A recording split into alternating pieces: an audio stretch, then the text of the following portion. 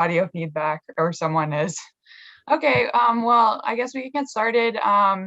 Dominique, you have the official list, but well, obviously we should start, Katie, with introducing the judges.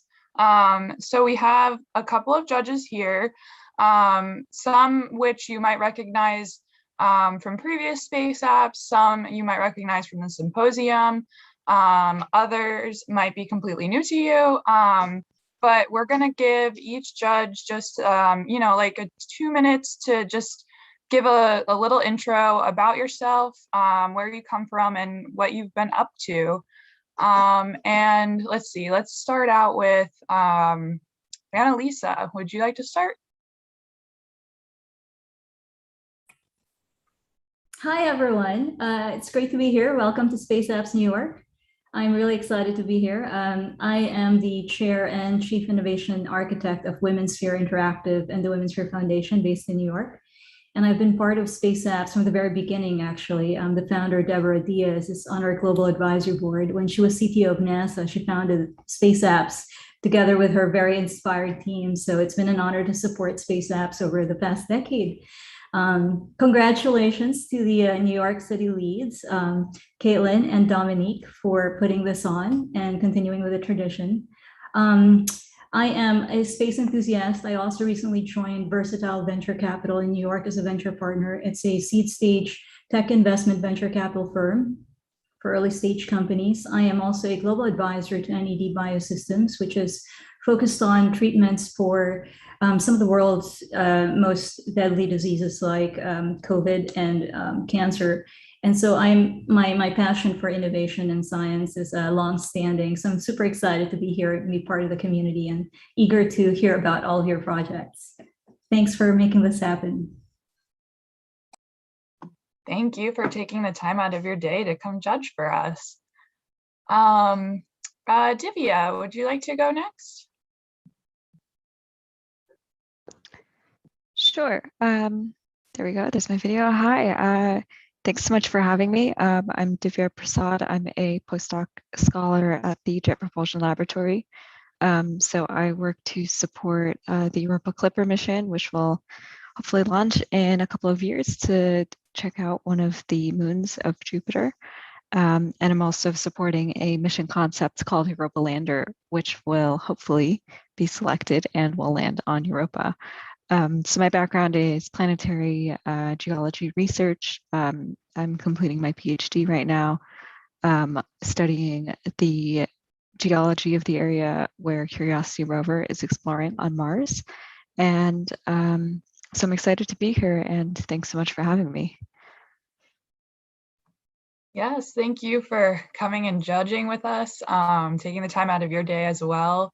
Jen, would you like to introduce yourself next? Hi, everyone. My name is Jen Elliott. I'm the manager of youth leadership at the Intrepid Sea, Air, and Space Museum. I am relatively new to the Space Apps Challenge. Annalisa got me involved a few years ago, pre-COVID, to be a mentor, but this is my first time judging. And my background is, my undergraduate work is actually in astrophysics, but then my graduate work, I kind of veered into education, realizing how much I loved teaching science more than actually doing science. And now I get to do that. I actually work primarily at the Intrepid Museum with their girls in STEM programming. So trying to keep high school girls in STEM and turn them into the brilliant minds of tomorrow, and hopefully get them involved in space apps one day and other things like that. So thank you for having me. Yes, thank you for being here. And last but not least, we have Dr. Martin Fengler. If you'd like to introduce yourself. Hello, everybody. My name is Martin Fengler. I'm a mathematician by training, did my PhD in numerical weather prediction about now 20 years ago. And I'm also founder and CEO of Meteomatics, and we at Meteomatics work on technologies to make weather data more accessible than they are right now. And we have already seen hundreds of teams during this hackathon utilizing our weather API, which provides historical current forecast data, but also climate projection data that form the basis of the IPCC report. And I'm really curious to see the outcome of the teams, and I'm really grateful to Caitlin and her team to having me here tonight with you. Amazing. Thank you so much for being here and taking the time out. I know it's late for you as well. So thank you so much. It's very generous of you to be here. And Dr. Fengler has been a longtime supporter of Space Apps, at least the last 3 to 4 years. I can't even remember at this point. But yeah, very large supporter, and we're happy to have him here as a judge for the New York City location. And so with that, I will hand it back over to Dominique, who has the official order of teams. Just as a reminder, we have 5 minutes on the clock. I will have my timer out, so we will try to politely interrupt if we do go over time. If there is a technical problem, we will be nice. We are not going to cut you off because your screen didn't share or something like that. So don't worry about that. We do have a pause button. After that, you can expect to get up to 10 minutes of questions from the judges and / or other participants. And yeah, with that, Dominique.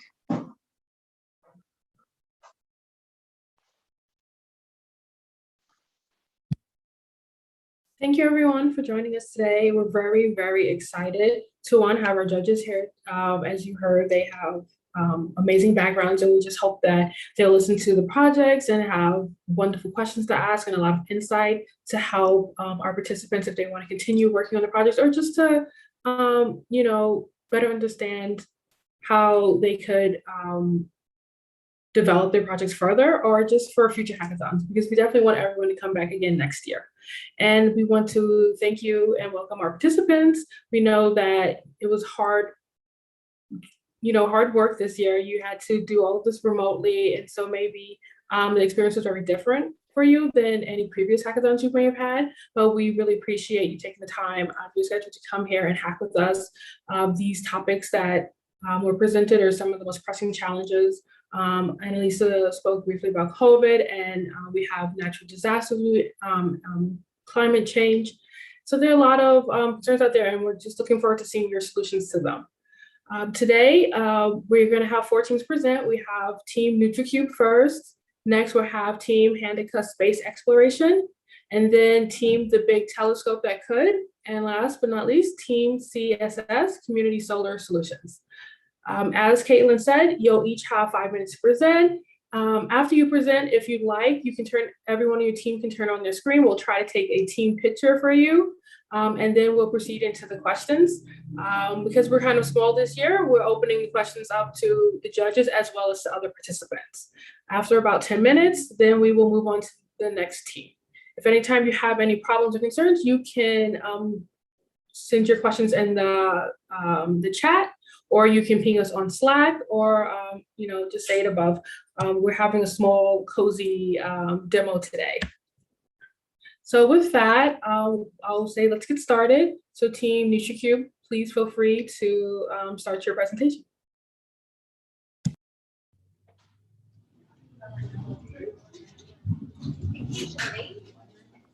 Just let us know when you're all set up and when we should officially start time. Okay.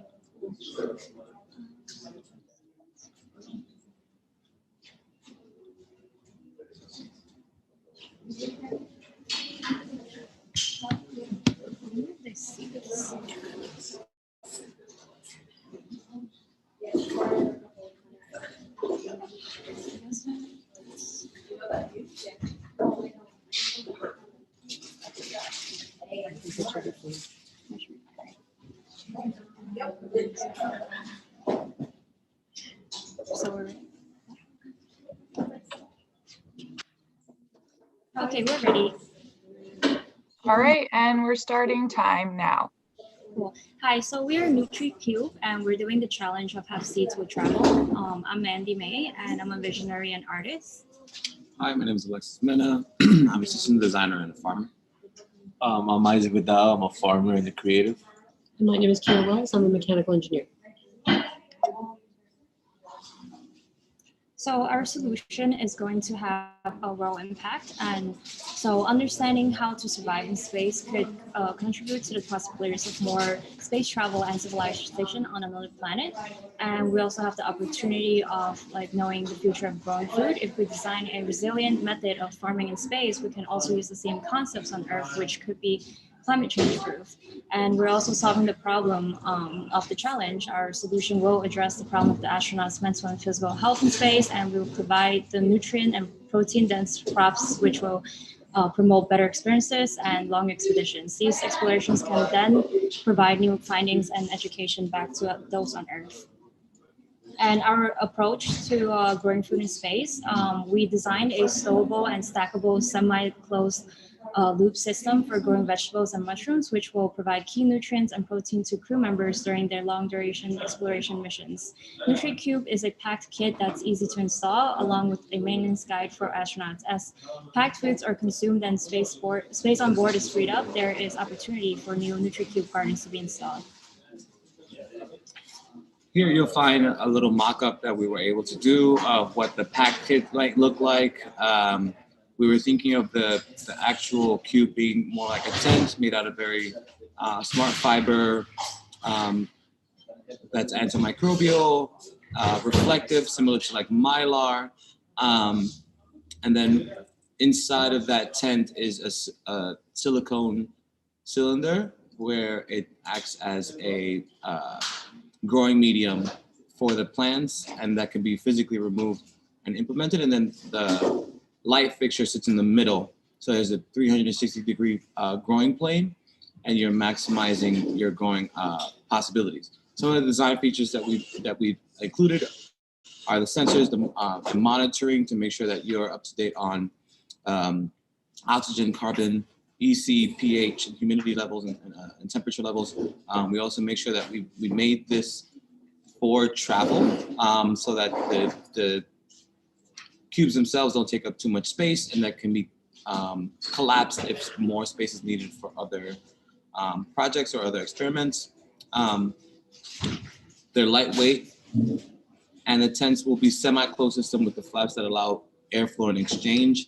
The idea behind mushrooms and plants being cultivated is that they would support the balance of oxygen and carbon in the air between the chambers. We still have some experimenting to find out how true that is.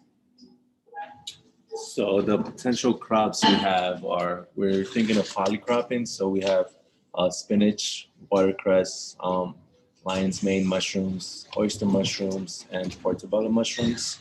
We were looking for vegetables and mushrooms that were protein dense, to keep the astronauts fit and healthy during the expeditions.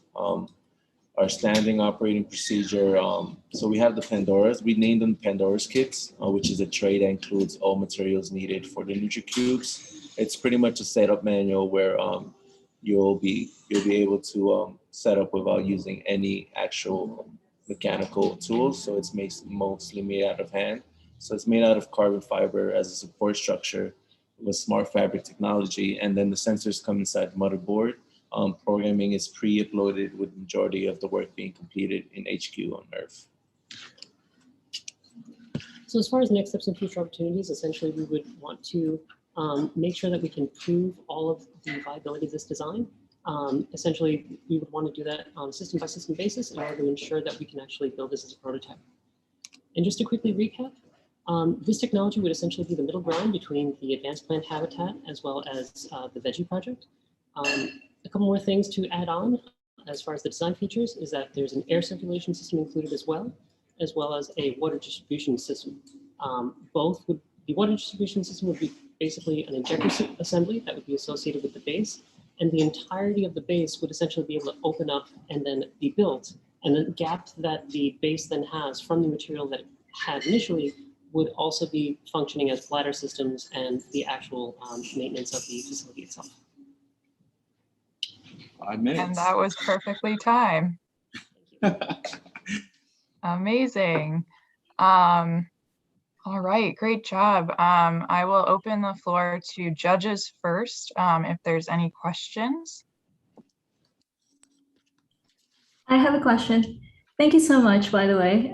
This was very exciting to hear. I was very curious as to the types of projects that would come out with this particular challenge. Having dreamt of going to Mars someday and back, probably not going to happen in my lifetime, but thank you for your very creative solution. I'm very curious around the thought process that went into choosing the composition that you had. You had projected like mushrooms and a few things. I mean, out of the universe of all the crops that could potentially be traveling to Mars and back to provide nutrition to the crew, how did you go about choosing what the composition would be and then kind of optimizing your design for that? It sounds to me like your design is optimized for mushrooms. So the second question is like, why mushrooms? Well, or maybe it's not. I'd love to just kind of clarify that. yeah, for sure. So honestly, it's made for kind of like a sea of green or a salad bed to make quick greens. But the customizable portion of it is that the light can be included or not included, and to make it a mushroom chamber or a plant chamber. So it really depends on what it is. But the intent was for that interchangeability to be for what the needs of the astronaut are. We know that the greens will provide the nutrition needed, but the mushroom will provide the proteins. And we expect there to be a point in time where the prepackaged meals come to an end and that stored food comes to an end and a protein source must be introduced, where our original idea was to bring the fish up with us and start an aquaponic system, but that balance between bacteria, fish, and plants is very delicate, where the mushrooms are much more independent and much more rugged for, space travel. And from our research, a number of mushrooms have been able to survive in deep space, specifically the radiotrophic fungi. So for us, it was about making sure we could provide a nutrient source, but also potential protein source, which is why we included the possibility of mushroom growing. And as far as the design itself of the structure is meant to be modular, such that you're able to basically do a monocrop per cube. And then over time, as more MREs are utilized, you're able to essentially connect the cubes together to try to take aspects of the life that are creating in one to then fit with the other. One of the options, of course, and mind you, they can speak more to the plants, would be to utilize the output from the mushrooms to then coincide with the crops that you're growing with a regular plant system. Each one would then have its own individual basis as far as like an injected water assembly, and the racks themselves would be able to be modified per the cube itself. And so this way, over time, as MREs are utilized, they're not utilized in a linear fashion. So that way there's more food availability with regard to the utilization from this cube, such that MRE usage then decreases over time. Does that answer your question? Yes, thanks. I do have more, but I wanted to make sure there's something to just ask questions. We have many questions too. We were left with a lot of quite open-ended questions, which is good. Any more questions for us? Yeah, I'm interested in. I know this wasn't the primary focus of your project, but I'm wondering what your ideas are for feeding towards Earth-based applications, like you mentioned. What sort of do you imagine the impact could be? This is sort of moving forward and thinking beyond what you've done, but I'm interested in what your thoughts might be. So the question, just to be clear, is how this technology might be able to support us back here on Earth? Mm-hmm. Yeah, I think that, okay, so close to what we've been trying to, so I have an urban farm in Brooklyn right now where we're growing aquaponics and hydroponically. And part of, in our experience, is how to create a dual chamber and how to create something modular enough for it to fit on someone's kitchen counter, right? And it's easy to use and it's low maintenance, which is why our focus was not having to introduce any tools, easy to assembly, and that most of the monitoring and most of the, lift of data accumulation is done by the machine itself. so that the user is only responsible for monitoring and watching what that data looks like and being able to use that output to maximize production instead of having to be bogged down worried about pests or nutrient deficiencies. So the entire focus is to try to see how we leverage technology to eliminate the need for excess human oversight, which tends to be the case now in our own, food systems. A lot of human oversight, a lot of human labor is necessary. And so how do we leverage the technology possible to minimize on that labor, but also how does something, as small as this replace, for example, the microwave, right? So instead of having a microwave on your counter, now you're able to have this system that can provide you mushrooms or salads interchangeably. So we think that might be something that's a lot more realistic than expecting, a third of the planet to become farmers overnight. Great, thank you.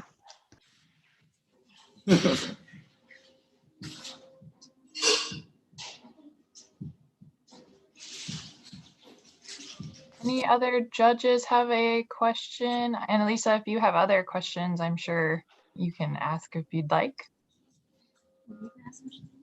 I think we're responding to questions. I guess my question really has to sort of going back to the composition. As you kind of project what it would take to survive out there in space, I see that you've thought around mushrooms, and because they've survived in space before, and they have high protein content. What are the other possible, I guess, foods that you could put through the system that you've developed, that you've thought about, and what are the other ones that you think would be ideal, but you're not sure if it's going to work with your system as you've designed it? Yeah, I mean, a lot of the fruiting crops are difficult to plan for because the fruiting crops require a different light spectrum. So the reason why we kind of went with mushrooms and salad greens is because the salad greens require more of the white or blue spectrum of lights and doesn't necessarily require too much yellow and red. Where if we were to try to do strawberries or tomatoes, it would require a lot of headspace. Plus the fact that we're trying to use a 360 plane to try to maximize the light. It doesn't lend itself well when we're talking about fruiting crops, which typically like a horizontal plane, which, we don't know what that would look like in space, but on Earth, they usually like a horizontal or vertical plane. And for us, it was about maximizing the growing space. So what we've noticed, and one of the inefficiencies that we saw on like the veggie system, where it was a harvest and bust system where you basically planted all the plants at the same time and harvested all at the same time. And that means that you would have to wait out a full growing cycle for the next harvest, where in our system, it's more of a cut and grow back system.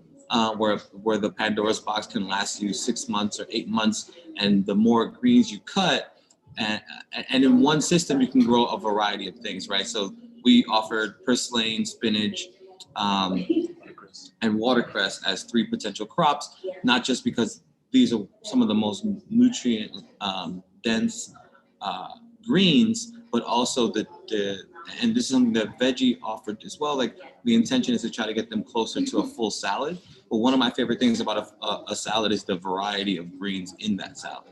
And so being able to offer at least 3 or more greens in one particular system allows there for there to be a melody of greens available to the astronaut. But yeah, we decided that fruiting crops would be a little bit under this particular system experimental to try to do more with. So we decided, what does it look like for us to have kind of like a pick your own or cut and grow back method instead of growing it out and then having to wait an entire grow cycle for the next harvest.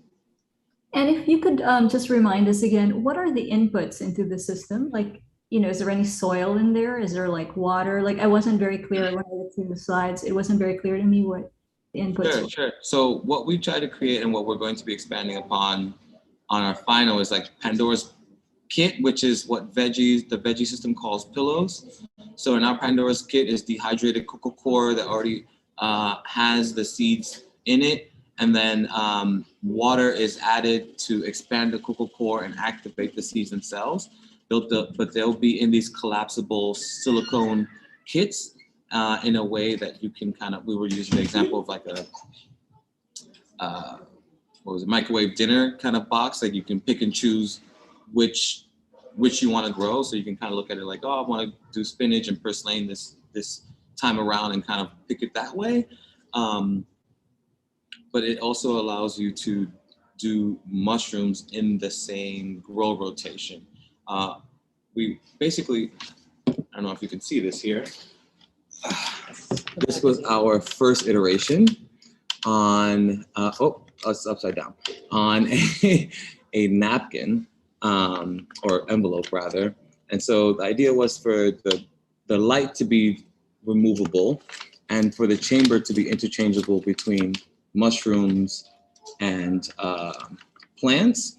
And these little green boxes are Pandora's box that would fit along the side of the silicone tube, but there would be 4 of them. So there'd be one here, to the side and to the bottom. And they'd be about 18 inches, or maybe, 12 to 16 inches in length and maybe 8 inches in height, so that they'd be able to stretch across enough of the silicone cylinder for it to then create a bed of sort inside of the growing chamber. Awesome. And with that, we are at time for questions. Thank you so much, Team NutriCube, and congratulations on finishing your project. Thank you. So it looks like you have, there is another question in the chat. So you guys, if you want, you could absolutely answer either on the Slack or like a private message. That would work too, if you are interested. Not mandatory though. Okay, Dominique, who is up next? Next we have, well, thank you Team NutriQ, that's pretty awesome. I kind of want one here, so I don't think I need to go to Mars or the moon for it. Next up is Team Handicap Space Exploration.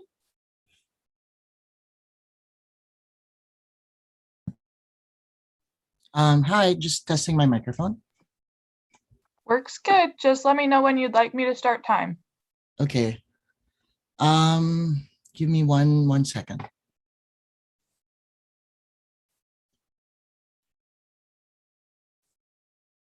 Okay, is my screen sharing? Yep. All right, you can start time. And we're starting now. So hello, good afternoon, everyone. My name is Isaiah Crisanto. I represent the team Handaka Space Exploration. We're a team based in New York and Manila, hence why I'm the only one awake at this point.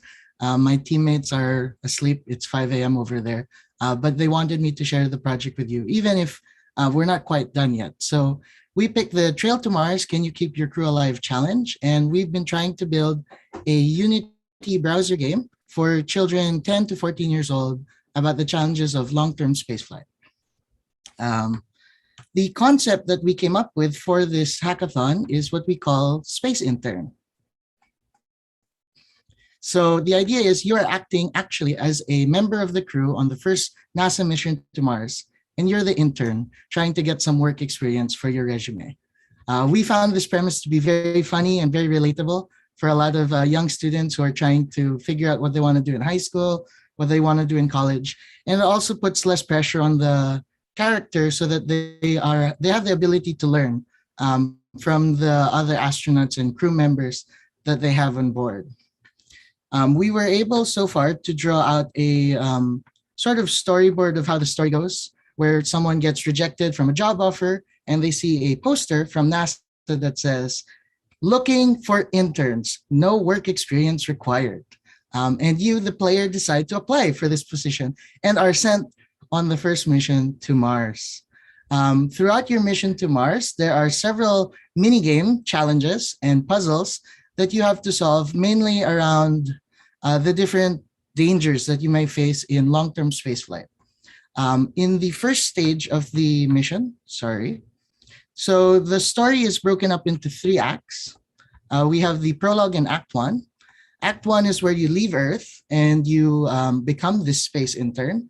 And this sets up the character. You can customize your character. You can name your character, give him that name tag that says, hello, my name is. And in Act 2, you're actually learning from the crew on the spaceship, from the different specialists. Maybe there's a biologist on board, a doctor, a chemist, and you learn how to the effects of microgravity and hypergravity by playing a mini game about organizing your things in space. We were really inspired by watching a lot of the YouTube videos where astronauts use Velcro to hold everything down.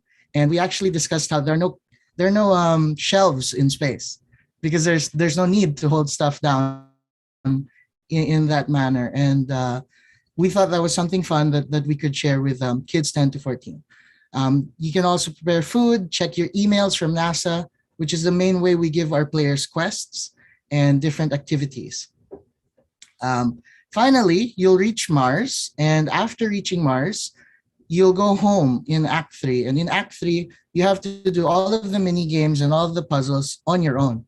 So Act 2 is sort of the tutorial, we're hand-holding the player all the way. But in Act 3, they're really presented with the same challenges, but maybe they're a little more difficult. So maybe in Act 2, they only have to prepare 1 meal for themselves. In Act 4, they have to prepare 4 meals for the different crew members based on their dietary requirements or even personal taste.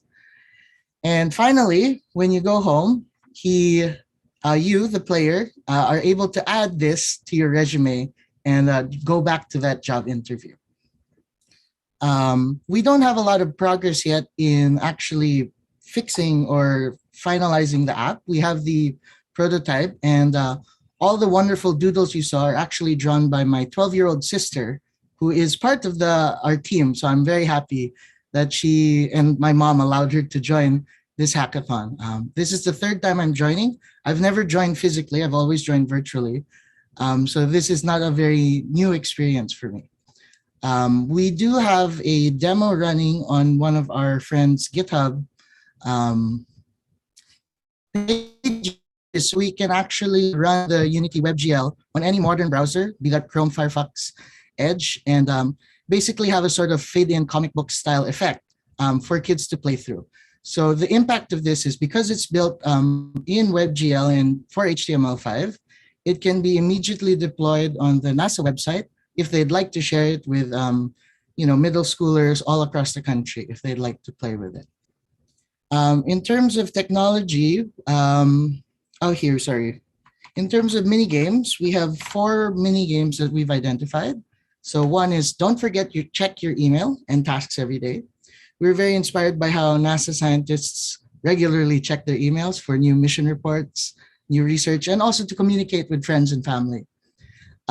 Number 2 is to organize your equipment in space and how to deal with microgravity and also the effects that has on your bones and the way you live. 3, learn how food is prepared in space and why shared meal times are so important. In one of our discussions with a subject matter expert, he spent 520 days in isolation in one of the NASA's ICE experiments. And he said over those 520 days, the only thing that kept him and his crew sane was talking about food and having shared meal times. So we found that that's something we want to teach kids because more and more we're seeing kids who just watch in front of YouTube or they don't eat as a family. And not only is that important for long-term space travel, it's important for us here on Earth to really bond over meals. And finally, we wanted to address okay, I think it's time. Yeah, thank you so much, Isaiah. That was amazing. It looked so much fun. I really could envision playing that game. So now we'll open it up to questions from the judges.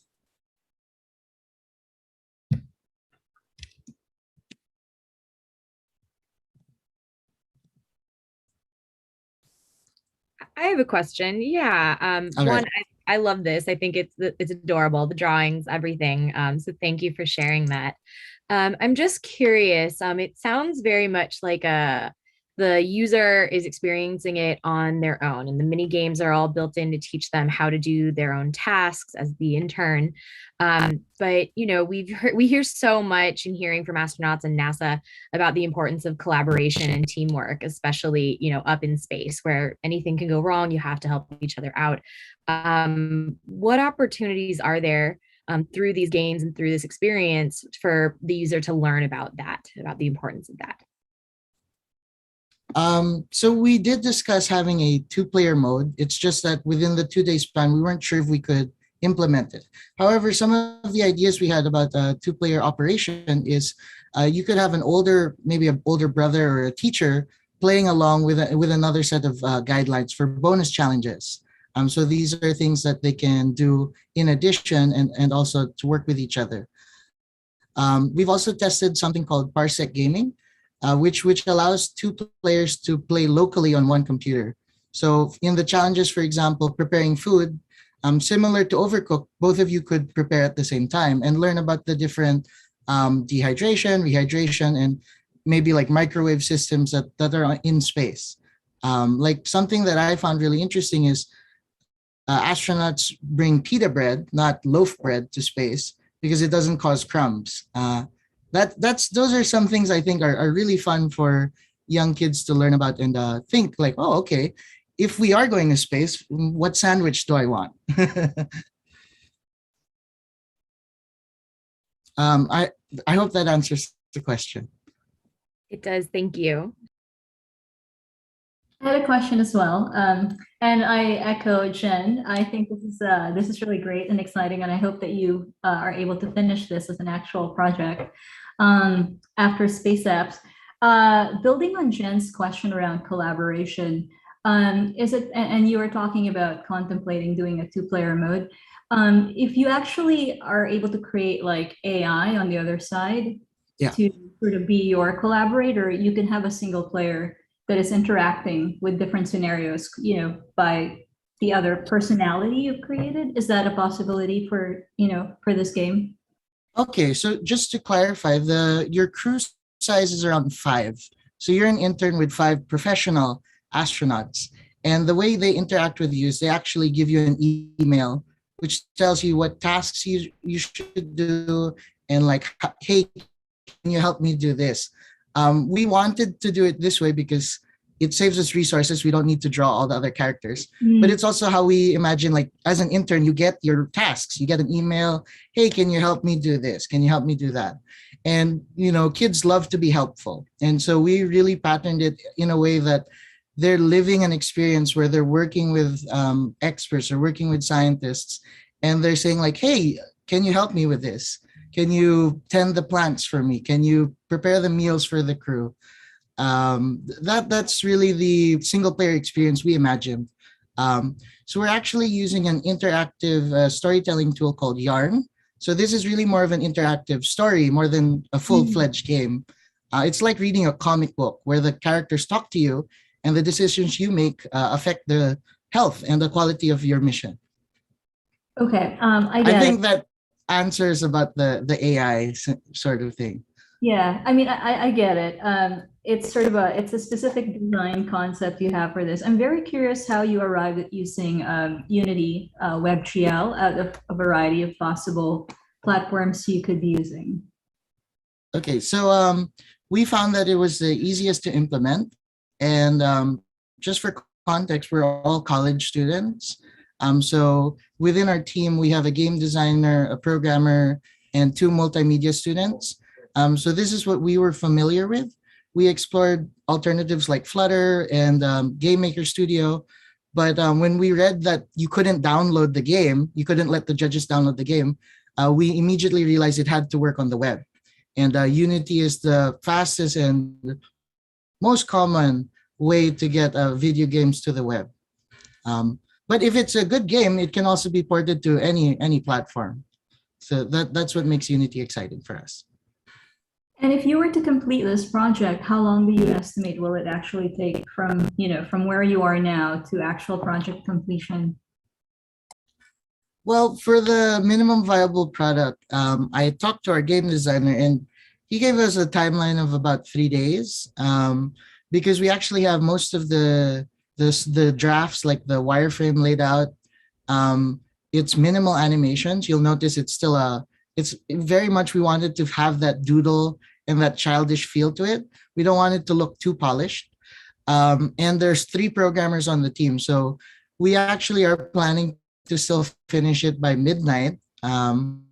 We just had to present something for the local event right now. Well, great. Congratulations to you guys. Sorry, Annalisa. Yeah, just one burning question. I really love this idea. I've been a NASA intern. I love the concept of space intern. And email is so important. You're right. Yeah. So my question is, you mentioned, I really like this idea of emphasizing why mealtime is important, and I'm wondering how you plan to implement that in the sort of story format without sort of telling kids mealtime is important. How do you sort of introduce those ideas and emphasize them?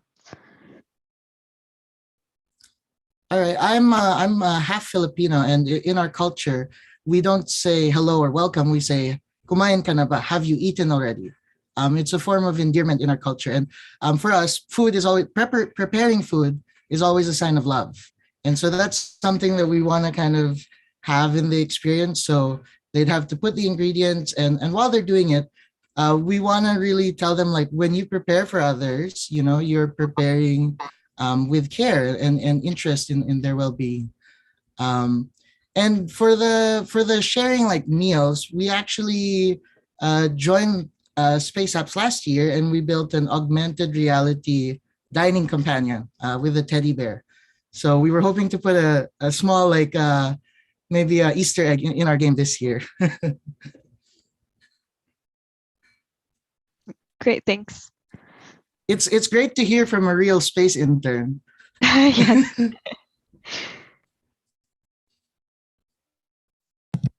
Are there any more questions from the judges? You should get the domain name. Space Intern. I will buy it right now. Awesome. If not, do we have any questions from our other participants?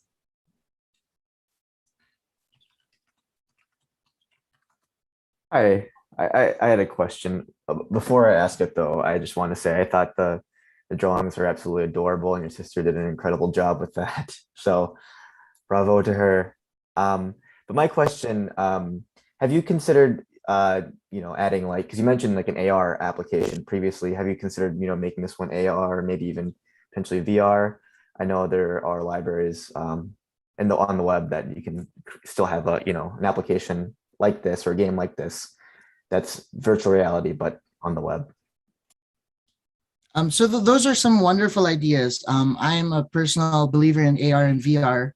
It's just, in my experience, it's not very accessible to kids 10 to 14 years old. Generally, they don't own their own devices. They don't own their phones or their laptops.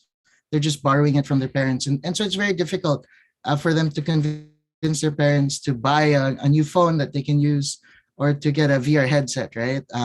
I don't think we like seeing 10-year-olds wearing these big things on their heads all the time.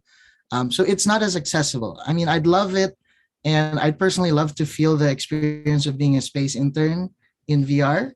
But it's just not accessible for the target audience that we have for the 10 to 14. Maybe if we targeted an older age range, it would work for AR or VR applications. Like, I'm thinking now, like, you could have an AR goggles that just looks at your desk and it turns it into like your space workstation. That would be super cool. So yeah, maybe someday when it's more accessible to younger children. Makes sense. Thank you. Thank you. And with 30 seconds left, any last questions? All right, I think it's safe to say that you have completed your project. Congratulations to you and your team. That was an amazing presentation. I also loved the drawings. I think they were great. I think the storyline's great. I'd love to see some space coffee having to be gotten by the intern. But I do love the idea. So, oh, there goes the actual timer. So I finished for you. All right. Thank you so much for your presentation. I will hand it back over to Dominique. Thank you to the judges and everyone for your time. Thank you so much. I mean, they've said it all. I just think it's awesome, and I would love to be a space intern over my current job now, or any job really. Space intern is awesome. Divya, tell us more about it. Next up, we have Team The Big Telescope That Could. Hi, everyone. Let me just pull up my slide. This is going to be a work in progress kind of presentation, but we'll make the most of it. So let's see. Yep. Okay. So I'm Kevin Chen. With me, well, not on the call today, but on the team as well are Jinqing Li, who's joining us from Scotland, and Rhonda Green, joining us from New York as well. Myself, I'm based in New York. We were doing the James Webb Space Telescope Origami Challenge. Quick primer about the telescope itself. Some people call it the successor to the Hubble telescope, but basically it's a very large orbiting infrared telescope, one of the most complex and largest items to be launched into space. And the idea behind it is that, using this infrared telescopy, you can look sort of back in time or look back into the early days of the universe to look at galaxy formation, look for exoplanets, and a bunch of other things. So scientifically, certainly a very cool marvel. And so this is the picture of it on the bottom here. There are many parts which I'll go into in a bit. And then their other piece of this is that the entire thing collapses into like a rocket head kind of thing as to facilitate the transportation. And that lends itself to being a very interesting origami design challenge, in addition to just getting the primary shape of the telescope itself. Also, for just a general overview of origami, I like to think of this as transforming quote unquote 2D surfaces into 3D shapes, and also vice versa.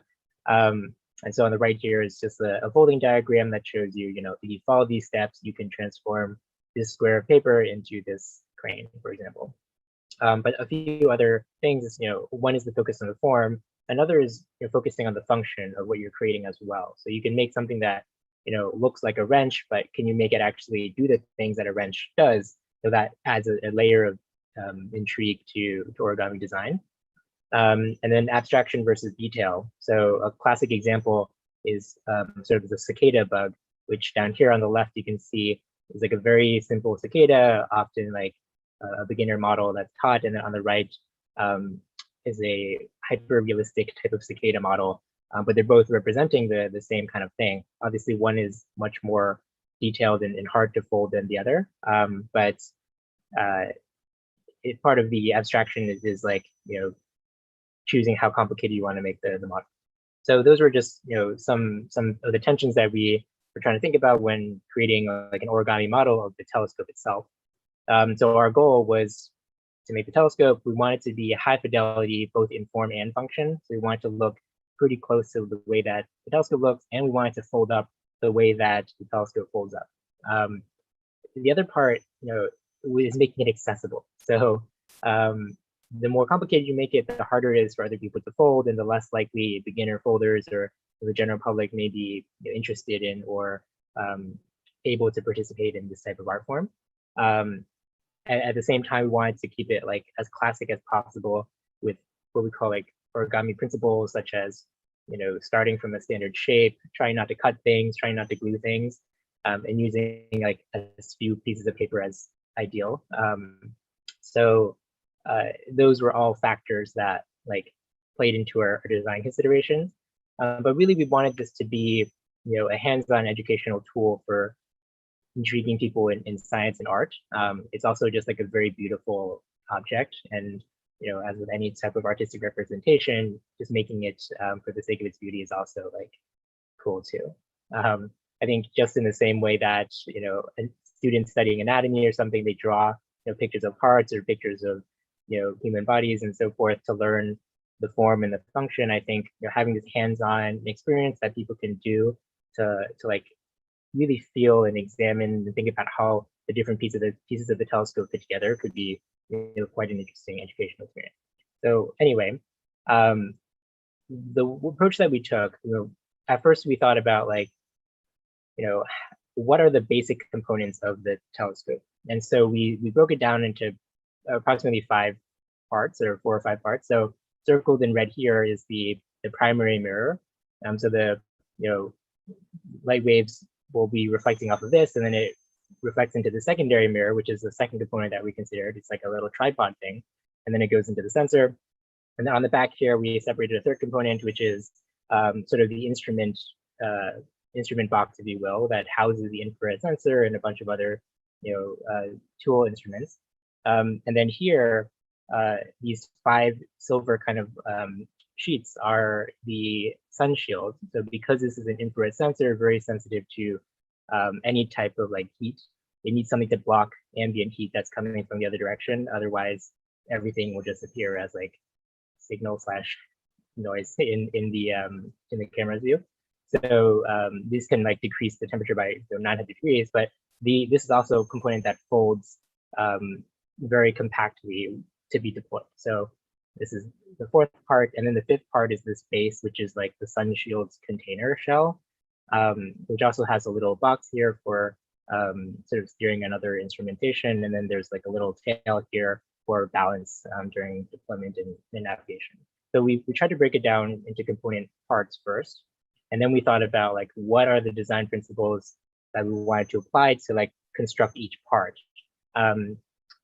There's many different ways to design origami, some of which are like very mathematically based. So let me just stop sharing my screen actually, and then show a couple models potentially. So you're looking at the primary, the primary mirror. One technique that we started using was sort of, I call it tessellation. It is called tessellation, but the idea behind tessellation, or one of the ideas. I'm so sorry, but time is up. Okay. I'm so sorry. All right, let's open it up to the judges. Oh, I was actually going to ask him what tessellation was. Is there any way he could just complete that? Yeah, absolutely. So tessellation basically is creating these repeating patterns using a single sheet. So this is the front side of a tessellation using 19 hexagons, and this is the back side. But this is like a simplified model. The derivation of it is from dividing a square into a grid, almost like pixels on a TV screen. And you can manipulate each pixel to do a certain position. And so this is a grid that's made, I don't know if it's too hard to see here, but this grid is made up of equilateral triangles. And by manipulating the position of each equilateral triangle, you can create hexagons. So this is the derivation model, and then this is kind of the like simplified construct of it. So that I think that's, I'll stop there for the primary mirror, and then we have other parts about like fitting together the secondary mirror on top of it, and base as well, but I don't have the scale version to show at the moment.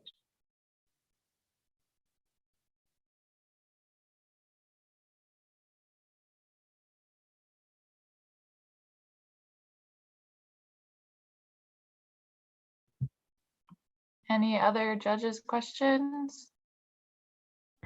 I'm wondering how big you expect the full model to be? So the full model, Chinching has it now. It's like more than a foot long. I'm personally privy to small, like miniature models. So I'm trying to make one that's like a handheld version of it as well. And the idea is that we'll have these like instructions and like crease patterns so that people can kind of print them out and follow along, or follow along the guide. And how long do you think it would take someone to assemble if they have like, let's assume that they sort of have origami experience, but maybe not like advanced? Yeah, that's a good question. The tessellation itself is quite intricate and can take like a solid 30 to 40 minutes just to do the shield part, but that's the most complicated part. Every other piece is about 15 minutes or so. So I would call it less than 2 hours.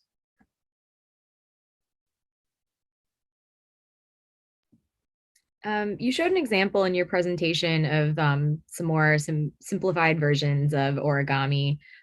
Is there a bit, you just mentioned how it takes like less than 2 hours to make the version of the James Webb that you guys have done.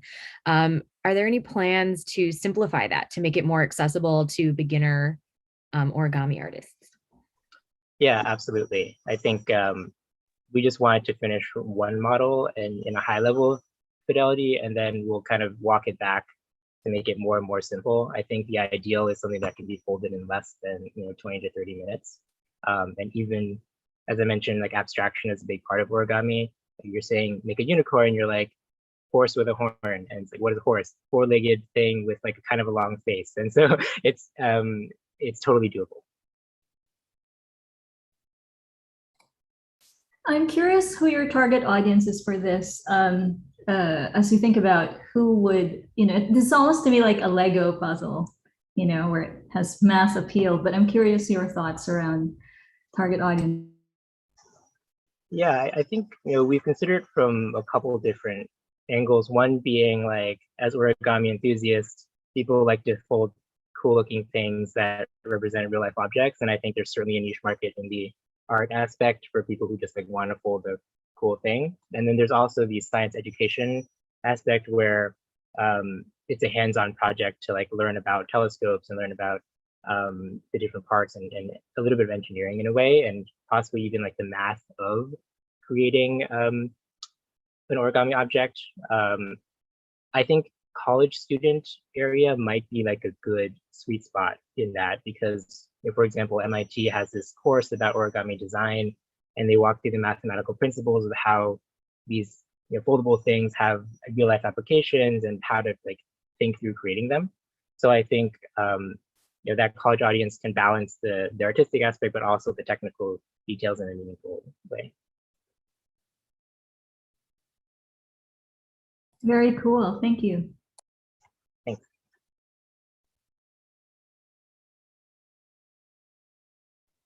Okay, if there's not any other questions from the judges, then we can open it up to the other participants if anyone has a question.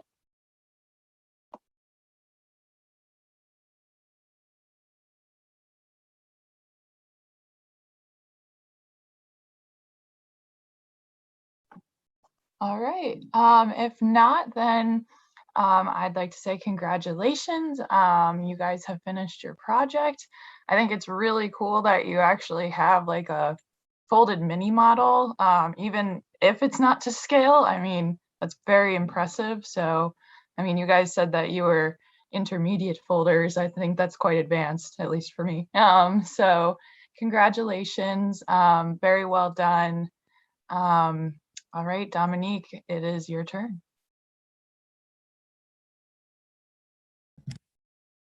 Thank you, Kevin. That was pretty awesome. I'm learning all sorts of interesting things about origami and math, tessellations. I'm very excited to go pick up maybe an intro level book and work on some simpler things. But when you guys are done with your design sheet, please let us know so we can share that so that other people can attempt to make the telescope as well. And for our last team, we have Team CSS Community Solar Solutions.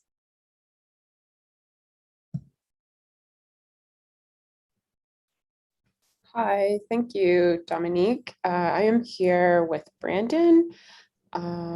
So let me first start sharing my screen. Just let me know when you want me to start the time. Okay, okay.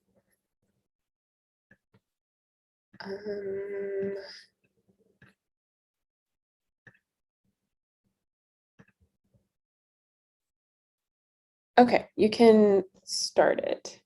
All right, we are starting now. Awesome. Hi, everybody. Thank you for being here. It was great seeing everyone else's presentation. I already feel inspired. But we are Community Solar Solutions, where we're hoping to make resources and opportunities within solar power accessible for all. So the team members is me, Kelly, Benton. I am the visual designer on the team, as we have Brandon here as well. He'll be speaking a little bit later. He's our software developer. Anna and David couldn't be here today. They had some personal matters to attend to, but they were huge help in this as well. And we don't want to miss out on their support as well. So just highlighting the team here.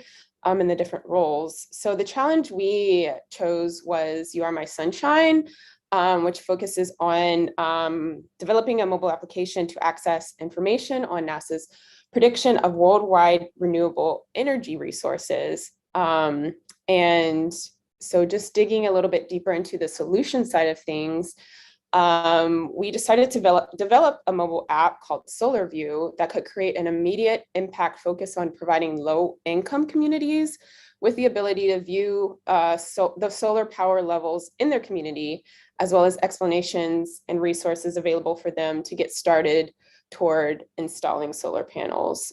We felt an emphasis on lower income communities would ensure that access to solar panels would be more equitable. So within our vision and target audience, we hope to aid lower income and marginalized communities specifically who aren't aware of solar solutions for their local environment or facilities, and as well as tracking and installing those processes.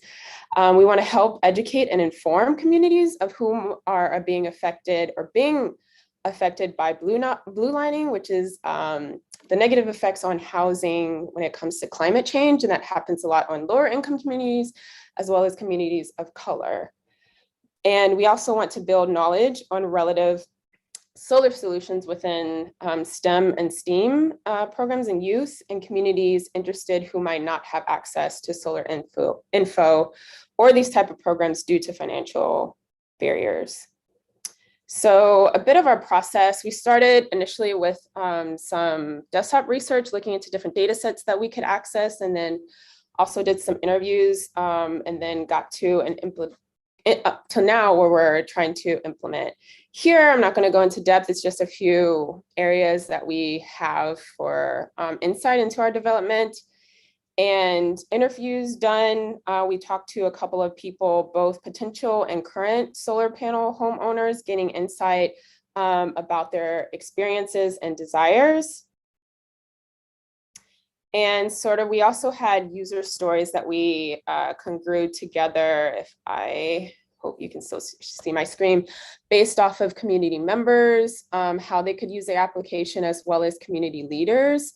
And then we created these user flows to walk through each of those user scenarios. And then I also want to hop into, since I stopped sharing, the actual application. So here we wanted to have the ability for people to sign up. And if I go back actually up here to sign up, and also we were looking into having a language equity be part of this as well. So we want to incorporate different language options and also ability to search for their particular area and get a dashboard based off of those specific statistics. I will pass it to Brandon now to talk a little bit about the backend information. All right, thank you, Kelly. So could you pull up you can keep it up and have the slide show up for a second for the last couple. So yeah, basically for the application that we created for this weekend, we used a React application, and in particular, we used the React application to pull data from the NASA Powered API. So this was one of our objectives. And so to do this, though, we had to to make it a mobile app, we used a PWA, which stands for Progressive Web App, which allows a website to be installable for a user. Also, this required some backend work to successfully request the data for the front end. For the backend, we used a serverless architecture to create a Lambda function that would take a request from as an API endpoint, or it would act as an API endpoint to take the request from the front end or the user, and then query the NASA Power API, and then return information that we would then display for the user. Then the next slide, we'll talk about. You're at time, I'm sorry. Oh, no worries. All right, I know that you might be able to cover this in questions, the last part, but I will open the floor to judges for questions. Yeah, can he finish the rest? It's just hard to kind of Yeah, I know. Yeah, why don't you go ahead and finish up the last slide that you had with the development and infrastructure. Sure. And then so basically for the last part is just kind of the more technical details of how we actually deploy the app. So there is a URL that you can go to. It's available. I believe it's NASA-sunshine-app. I think, yeah, Kelly's gonna pull it up, find it somewhere. Yeah, here's the actual application that you can go to. So it basically will query for, actually, Kelly, I'm sorry. I can share the screen really quick and Okay, no worries. show. Yep, sorry. All right. So here's what the app actually looks like. So right now, this is simulating what a mobile experience would look like. We can't see your screen, Brandon. Oh, sorry. Oops. Now we can see. Right. All right. So here's what the application currently looks like. I'm simulating the mobile experience on the browser. Basically, right now, we can show two pieces of data right now, the hours of sunshine per day. This is currently looking at the monthly average amount of sunshine. And this is based off of my current location. So the application is actually going to take your location information and then gather the specifics for where you are. And also you can look at solar irradiance, which is essentially the, sorry, it takes a second to load, which is basically the average number of watts you receive from the sun per square meter. So hopefully this helps kind of clarify what's available for our app at the moment.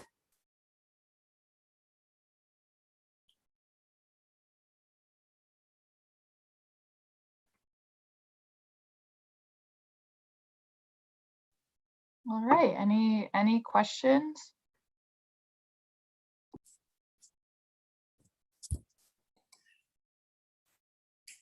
Well, congratulations for thinking about this. I think that this is definitely a huge market opportunity to be able to educate low-income communities about the potential of solar power as an energy source for them. So thank you for thinking about this. I'm curious, what from your experience in talking to folks, what do you think are some of the roadblocks in terms of adoption of the technology, and how do you think your app can actually, help potential buyers and customers overcome some of these roadblocks? Yeah, Brandon, feel free to add to this question. We noticed some of the roadblocks in the interviews people were mentioning was financial constraints, and especially getting into solar solutions for complete homes. We found actually, I took a note on a data set around access for solar for smaller rooftops that could aid lower cost to community-based organizations and nonprofits. So we're hoping to utilize that as a resource for communities who can afford these high-tech and solar solutions, while also providing a step-to-step process on how to install and implement and maintain those solar entities on their home or community buildings. Brandon, I don't know if you wanted to add anything. But. Yeah, I'll chat a little bit too. And I think another audience we had in mind too were like policymakers. Basically, we're thinking too that we would use this as like a tool for people who have leverage or make decisions for a community to say what's available for us at a federal level, and does it make sense to help a given community, right? So say maybe a mayor or governor of a given state is interested in solar power, but they want to make it more equitable. We're thinking of using this tool as a way to say, not only, okay, is this a good place? Where are good places to provide solar energy? But one thing we're in the roadmap and our vision was to kind of calculate cost savings and how this could, potentially benefit a community. So do you also plan to transform the sunshine hours, for instance, and all the other meteorological ingredients into power, so that you could convert this into solar power and solar potential in a location to come up with cost estimates? Yes, that was our long-term goal. unfortunately, none of us have the scientific background or technical expertise, but ideally that's what we would work towards, is to be able to say, okay, based on this location and based on these factors, here's how much money you could potentially be saving, or the people in this community could be saving. And just out of curiosity, is this project now, has this now come to an end with this judgment tonight, or is it something that you have also on your agenda to look into after this challenge? Kelly, what do you think? Yeah, we were talking with our other teammates. I think David has connections with other organizations that have a inkling or interest in this type of work. So we're hoping to, because we showed a rough manual demo. It's not a full working prototype, but a lot of the work, like the backend work that Brandon showed, does loop into the user experience. So we're hoping to at least flesh that out, so it's a workable prototype and sort of keep going from there. Yeah. So the reason why I'm asking is that there is the possibility to query the solar power output of a hypothetical PV plant directly from our API.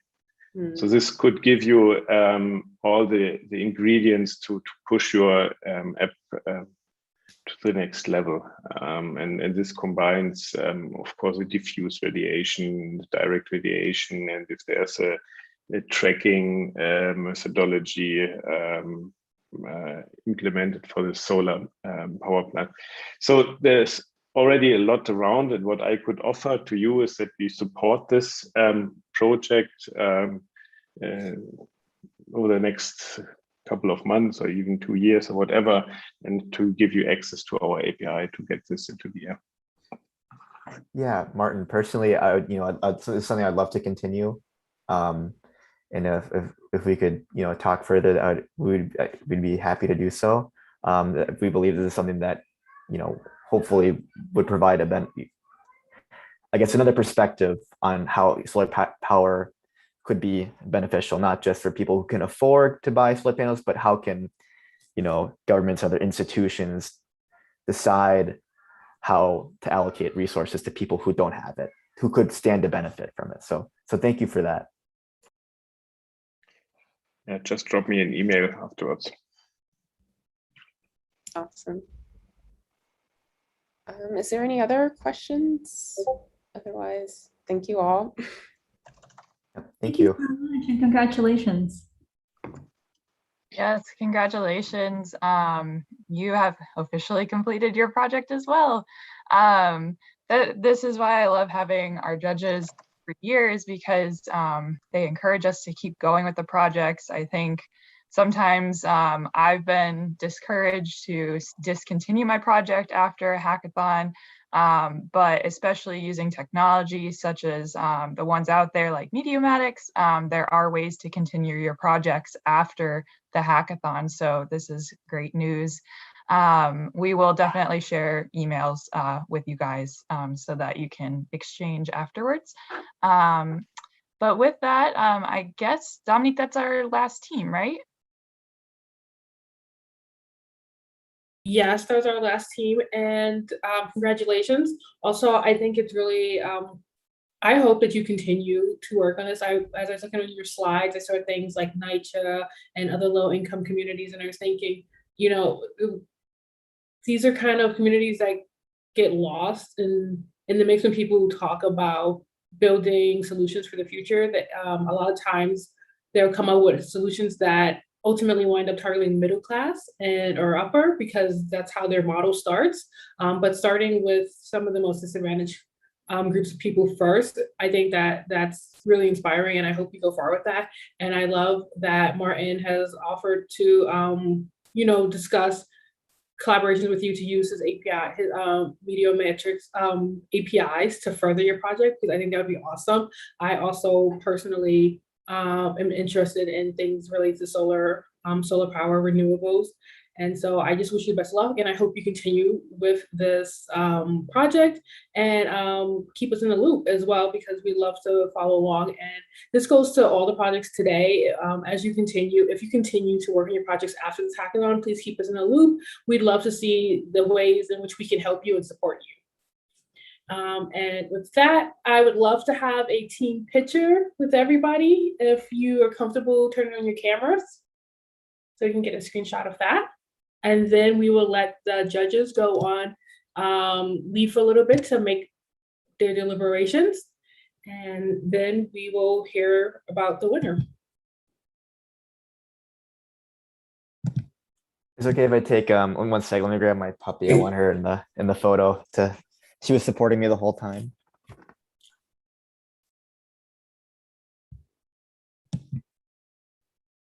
So, okay. So on count of 3, 1, 2, 3.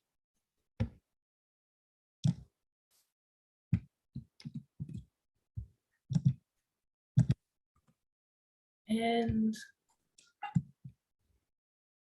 sorry, another one just for sorry. Okay. 1, 2, 3.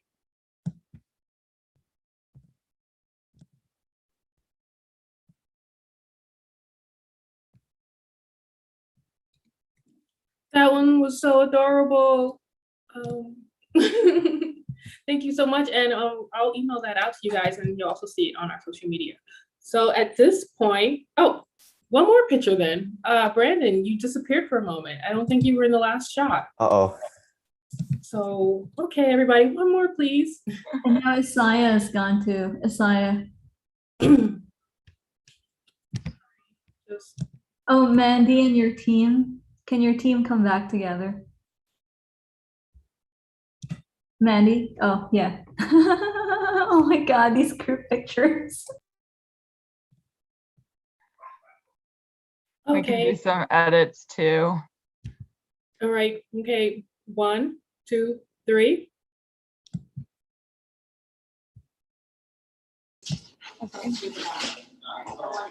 Thank you so much.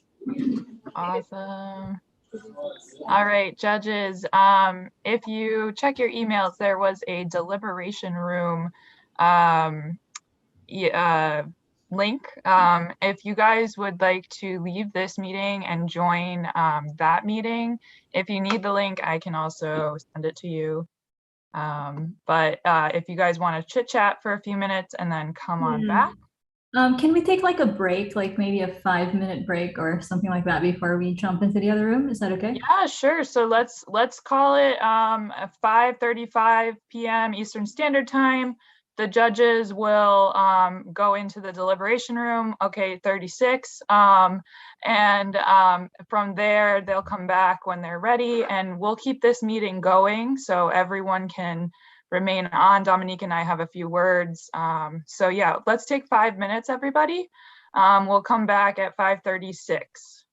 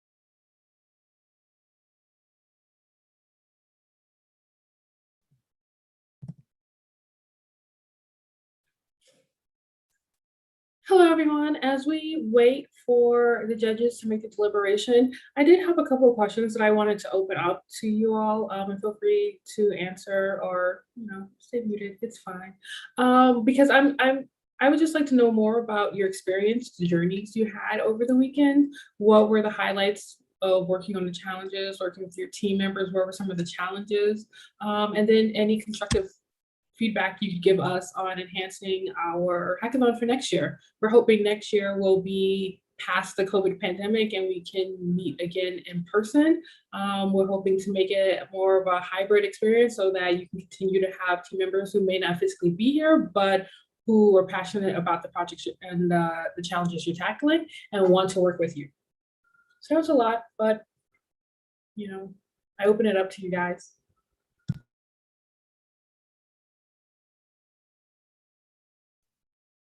I guess I'll say I enjoyed the variety of different challenges that are available to us, and that sort of allowed us to kind of work on sort of products that might not, because personally I don't know if I'm not a scientist. I did computer science, so I don't really have an understanding of space or physics other than like maybe what the cursory knowledge you have from watching it on TV. So I really liked that we could have access to a bunch of different potential projects and then kind of have our own kind of twist that might not, bringing our own areas of expertise in. So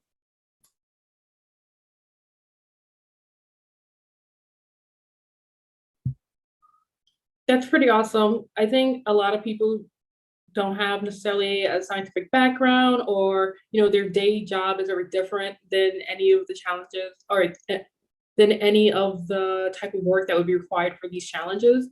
And I think that's one of the part of the lure.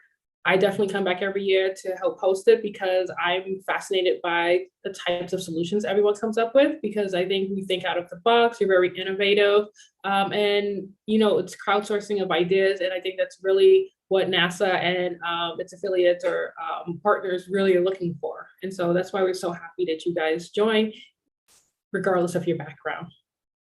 So thank you.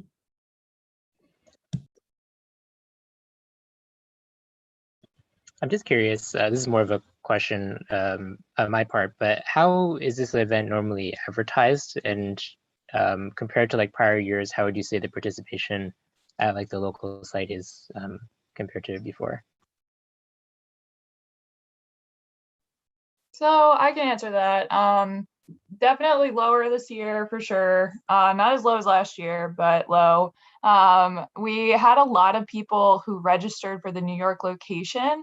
However, they ended up kind of like we saw one team here where teammates are in other countries, and they presented here. It kind of worked out like that, where team members from New York City wound up presenting in other locations.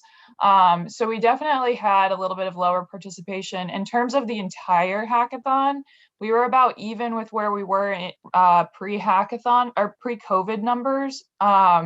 So we, right now, the last I think I checked the count, it was 26,000 and some hundred. And we were at 26,000 pre-COVID level. So we had been hoping to get to 30,000. I won't know until, the coming weeks, what the final numbers are, but we definitely did see lower participation across the board. And I don't think we grew like we wanted to, but at the same time, we didn't really plan for a global pandemic either.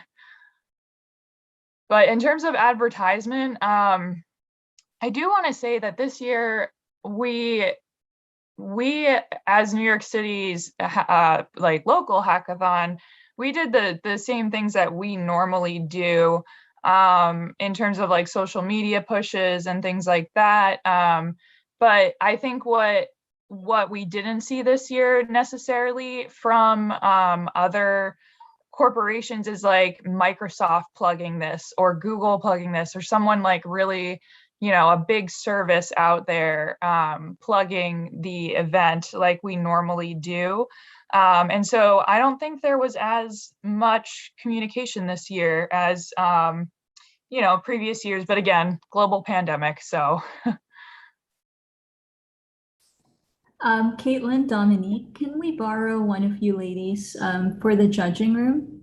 Sure. Dominique, do you want to stay or? I'll stay. Okay, Okay. I will be right over. Okay. Thank you.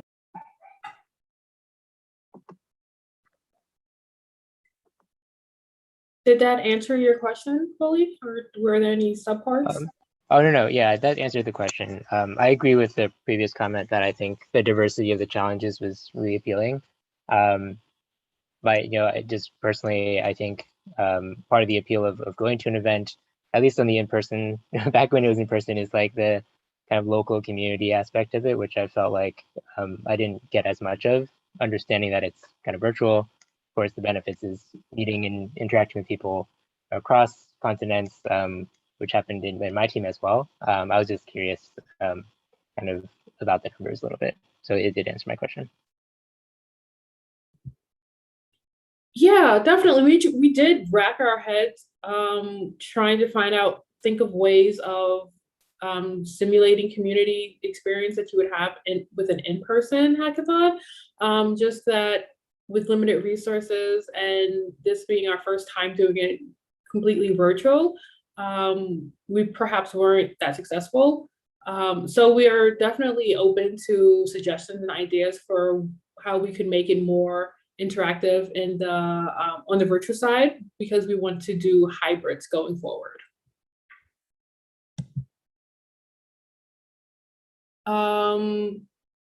Isaiah, would you like to explain further what Mozilla Hubs are? Yeah, okay. So Mozilla Hubs is an open source project by the Mozilla Foundation. It uses open XR technologies to basically bring you a sort of VR chat or a virtual reality chat room for your participants. It can handle up to 24 people. I'm trying to get it on my screen. Just give me a second. But basically, I've been to some conferences and some like art gallery shows that have used Mozilla Hubs. It's free, it's open source, and you can do everything you can do in Zoom. You can share your screen, you can talk, and you can also bring in 3D models or assets if you'd like to demonstrate a concept. For example, we had a scientist who was explaining different molecules. He could bring up a 3D model and just show it to everyone in the group. And one of the coolest things about Mozilla Hubs is the concept of spatial audio. So in Zoom, right now we're doing turn taking. Only one of us can talk at the same time.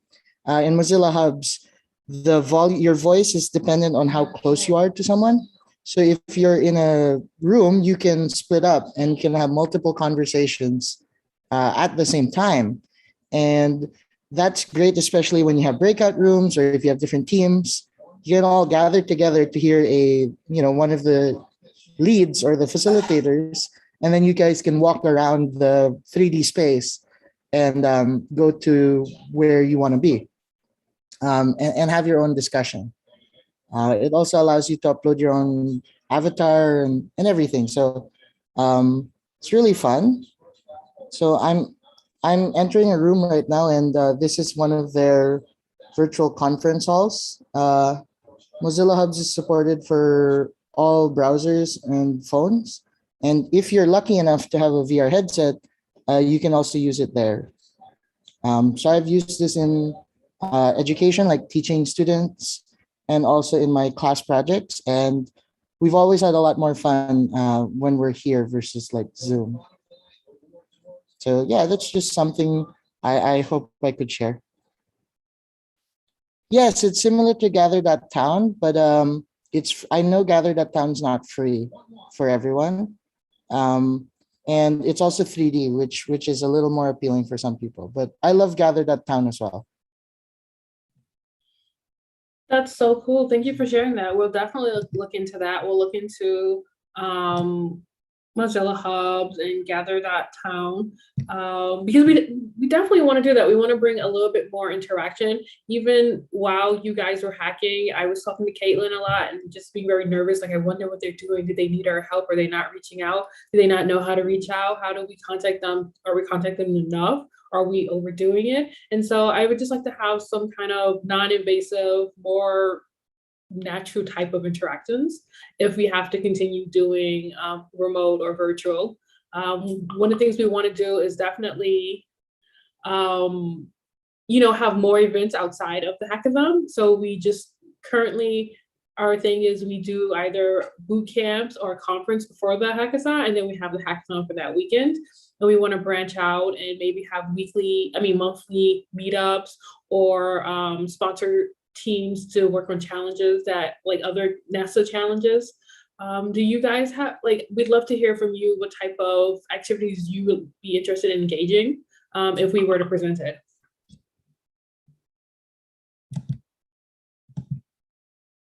Sorry, I'm just gonna share, like, this is how it looks like so this is my group. There's like 5 of us in the group, and we actually would share like virtual pizza and soda and hang out together virtually. So I really think it's something that could be used in future events. Sorry, please continue. Quick question about the pizza. How was it? Oh, it was very digital. Just bits and bytes here, bits and bytes over here. Perfect answer. Very digital. Oh my gosh. Just some bits and bytes. When I'm feeling lazy and I don't want to make food, I'll have virtual pizza. Yeah, it saves you money as well. Good point. But not bandwidth. Comcast data caps might interfere with my unlimited pizza consumption.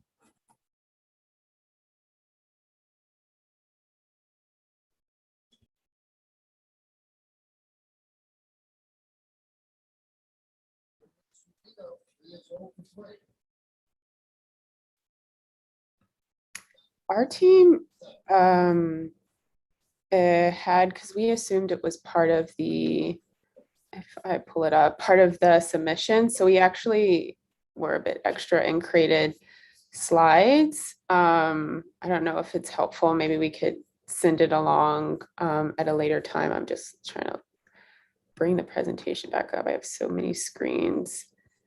Here, I'll just share.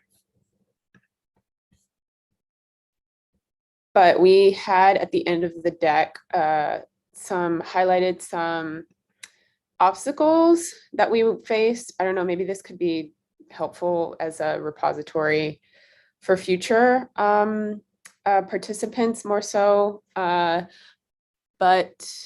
we also had learnings that we highlighted, but some of the obstacles which could have just been something that we faced as a group. In regards to accessing like data or finding a group, someone dropped out early and they're like our main person. But other learnings, like key things that we noticed, like by going through to the symposium on Friday, as well as like going through prioritization activities, etc., and having backup plans for our backup plans, etc. So I don't know, we can feel free to let us know if this is useful and we could pass it along. But it was just some logs for us. Yeah, no, this is great. Can you go back to the challenges? Yeah. Yeah. So even in the chat, people were saying, people dropped out. Every time you have an event, especially if it's free, we always think that, you meet all these people and you're all going to stick it out for 48 hours or a week or months or however long the challenge is. But inevitably, a lot of teams will lose one or more members. They'll either just have different priorities.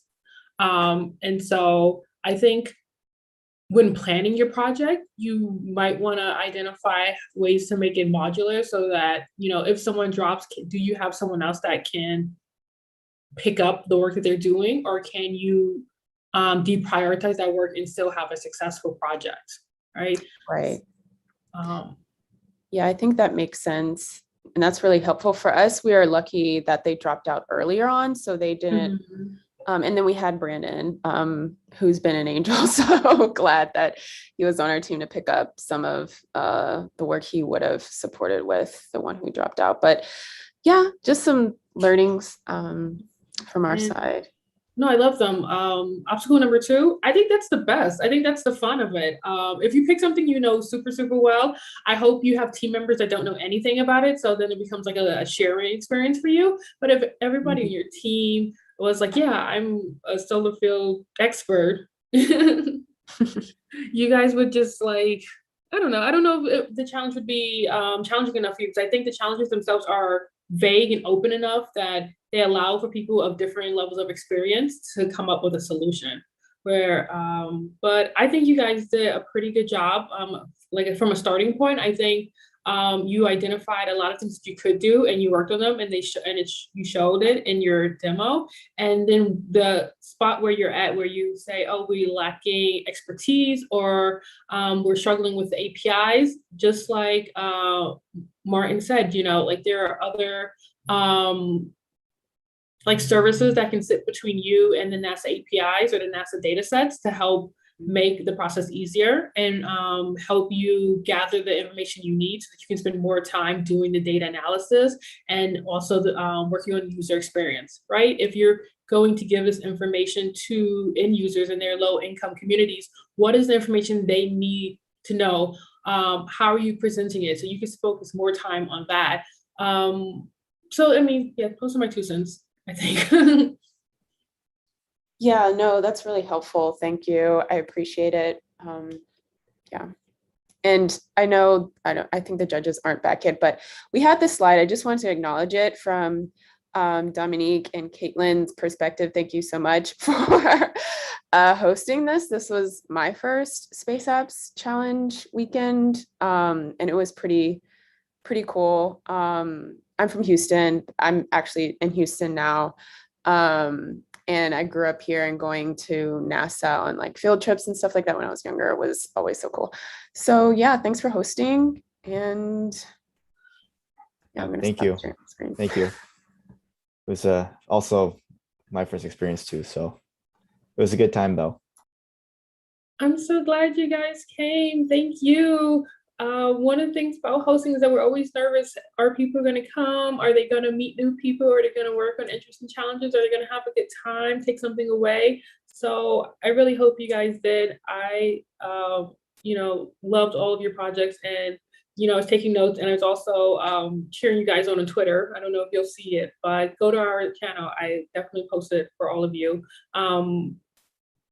I from the bottom of my heart, I really do hope that you guys continue to work on the projects. And it's not like you have to do like full-time work on it, but just, at your own leisurely rate, just learning stuff, exploring data sets, working with different APIs, building on your user experience research, work on the project in piecemeal. We've had individuals in the past who've done that, right? So even if they didn't come up with a complete product, like a minimum viable product that went public or anything like that, they learned a lot, they networked. It helped them with job opportunities. It helped them with nonprofit opportunities if they wanted to do more volunteer work. And for other people, it just helped them build their skill set and just the community that they're part of. So that's what I hope for you all, for sure.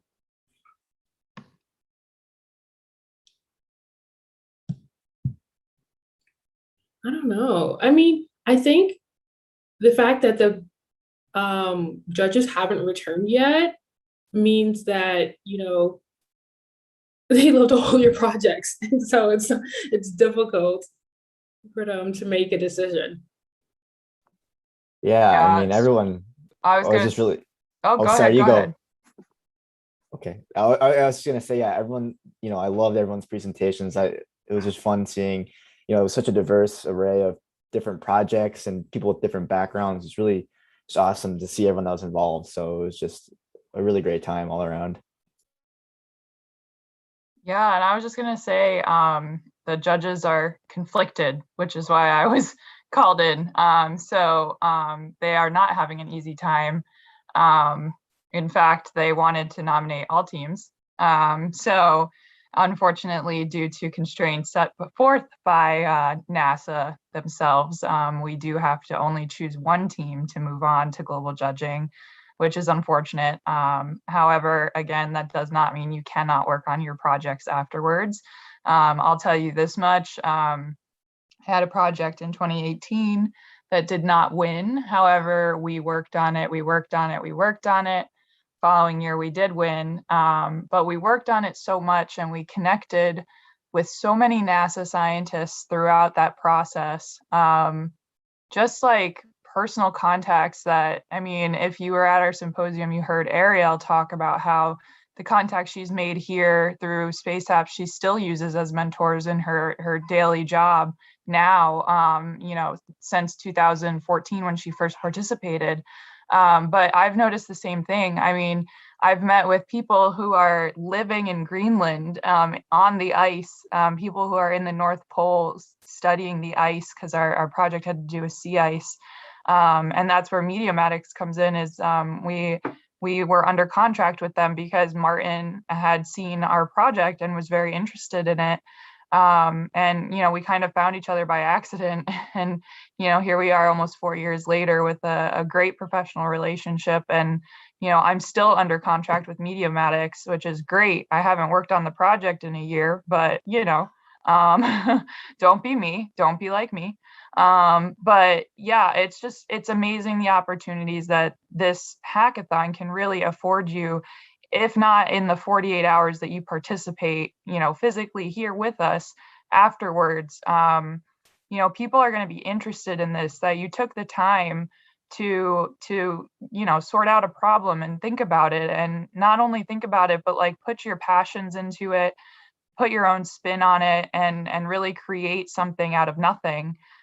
Pull something out of thin air in 48 hours. I mean, people are going to be very interested. And if you do wind up pitching your projects to, a sponsor or someone that, such as Mediamatics, make sure you highlight the work that was done in 48 hours. And if we can do this in 48 hours, imagine what we can do under contract with you, or in a year, or in 6 months, or whatever you guys are talking about. So I just really want to make sure that you guys keep up the motivation, know that there's more to come. This competition, this hackathon connects us all on levels that, I didn't think were possible. It kickstarted my own career. And yeah, here I am leading and being an ambassador all these years later. So yeah, highly recommend to stick to it. Thank you for that. I'm considering putting my 2 weeks now. Reach out to Martin, see if we can continue that relationship and do that full time. Mediamatics is so cool. They've got these drones that sit in the sky and just take all these readings, and they have these bases that like they launch and receive them from, and their data is like up to the moment accurate. And wow, it's just the sheer number of things. I mean, you can get radiation from the sun from their API. You can also get climate change predictions, which is something that we were talking about helping them with. Never came to fruition, but it was very exciting. I'm so glad to see that they've continued with that project through COVID. But yeah, I think just being able to connect you guys with them makes me so happy. I was able to bring them into NASA proper. They are a global sponsor for the hackathon, not just for New York City.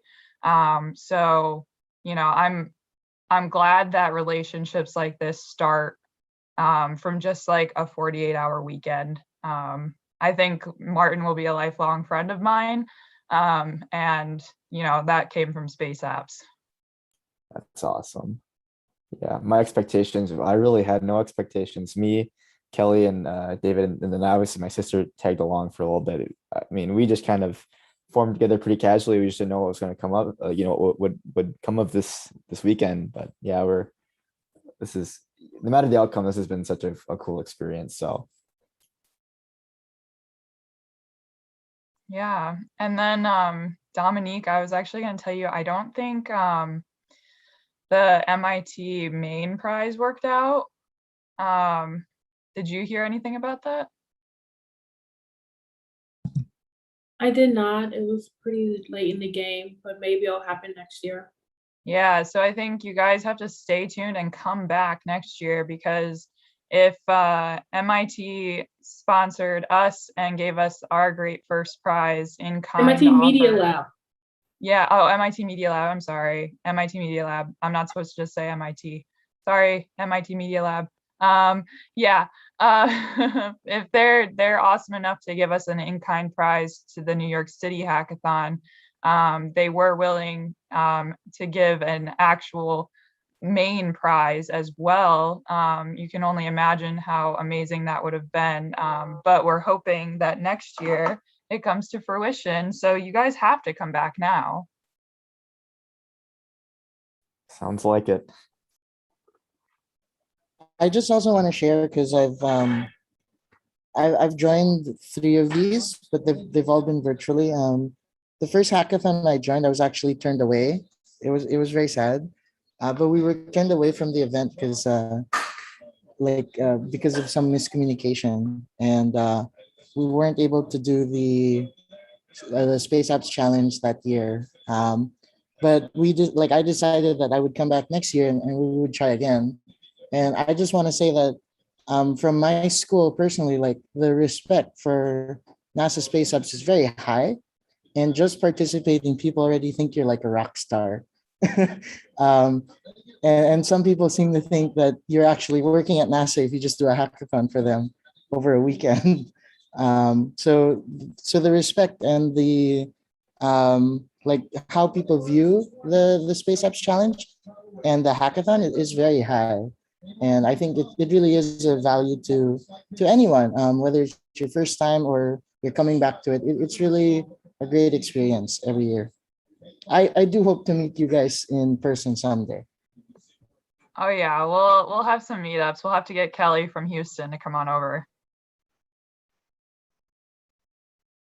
Definitely. I think I hear some of our judges back. Yes, I do. Well, guys, it's been amazing chatting with you guys. And Dominique, I don't know, did you, before the announcement, did you want to do anything else? No, we're good to go. I'm just very excited to hear a little bit about the decision-making process and hear the results. So I hand it over to the judges. Great. So the way we wanted to do this was when speaking to Caitlin, everyone here did a really outstanding job of doing the best that they can to complete the project within such a short time frame. And if we actually had our wish, all of you would be going to the global competition. Unfortunately, only one can. But that said, we think all of the projects are so promising beyond Space Apps that we'd love to encourage all of you to continue. What we'd like to do is introduce the 3 honorable mentions and then speak about the first place winner that we think will have a high potential of doing really well in the global competition.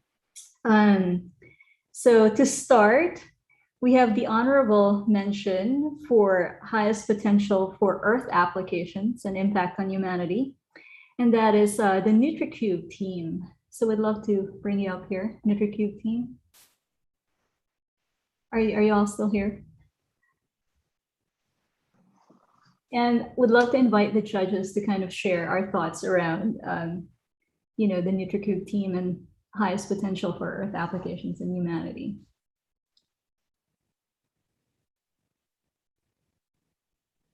So judges can, feel free to comment. I guess I'll start.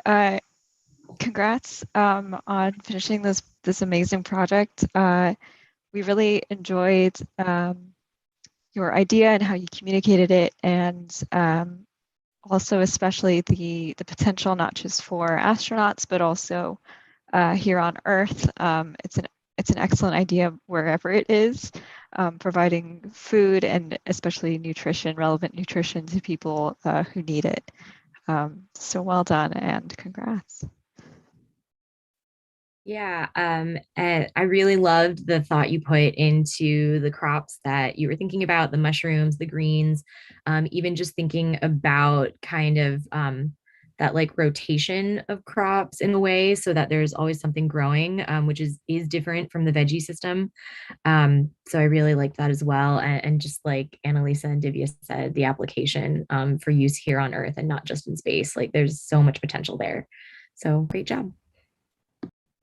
Yeah, there's not a lot to add from my end. Other than I would love to see a prototype. Yes, we're all looking to see this get developed further, and would love to encourage you to go further. Please stay in touch, because there are people out there doing this type of research who I think would be really interested in your idea and maybe provide mentorship. So yeah, please do reach out. Yeah, Divya can hook you up with NASA. And I was telling Divya, you could be her intern. I can't promise any internships, but I know people like sort of in the sphere. So yeah, I'll maybe grab your emails and let's chat for sure. And then next is our honorable mention for innovative Renaissance vision. And this is the Telescope That Could project. So we have a lot of thoughts around this too, actually. Martin, maybe you want to start. For the telescope project, yeah.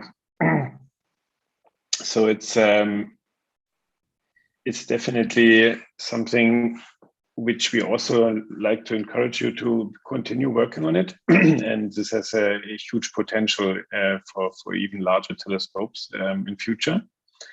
And we of course would also like to see some small scale prototypes in future. Yeah, it was really great to seeing this how far you got in this very short period of time. I personally would love to see instructions for how to make your telescope model once they're completed. Just from an education perspective, there's a lot of potential with this project, not just making the telescopes that NASA develops like real and tangible for students out there, but also making that connection to math based on the process that you guys went about to create this model. So definitely stay in touch and let me know when you guys have instructions. I want to try and make this thing. You can sell it at the NASA store once it's done as a final product, or actually the Intrepid Museum too. That has a store too. Divya? Yeah, well done.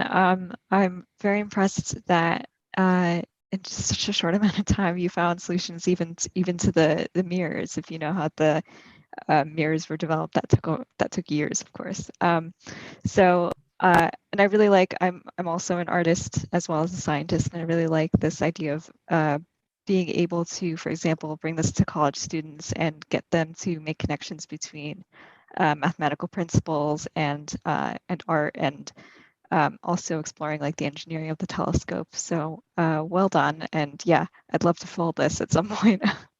So please do continue. Congratulations. And now honorable mention for community impact goes to the Community Solar Solutions team. We obviously think there's a significant community impact that this project has, and would love to invite the judges to share thoughts. We discussed this as well.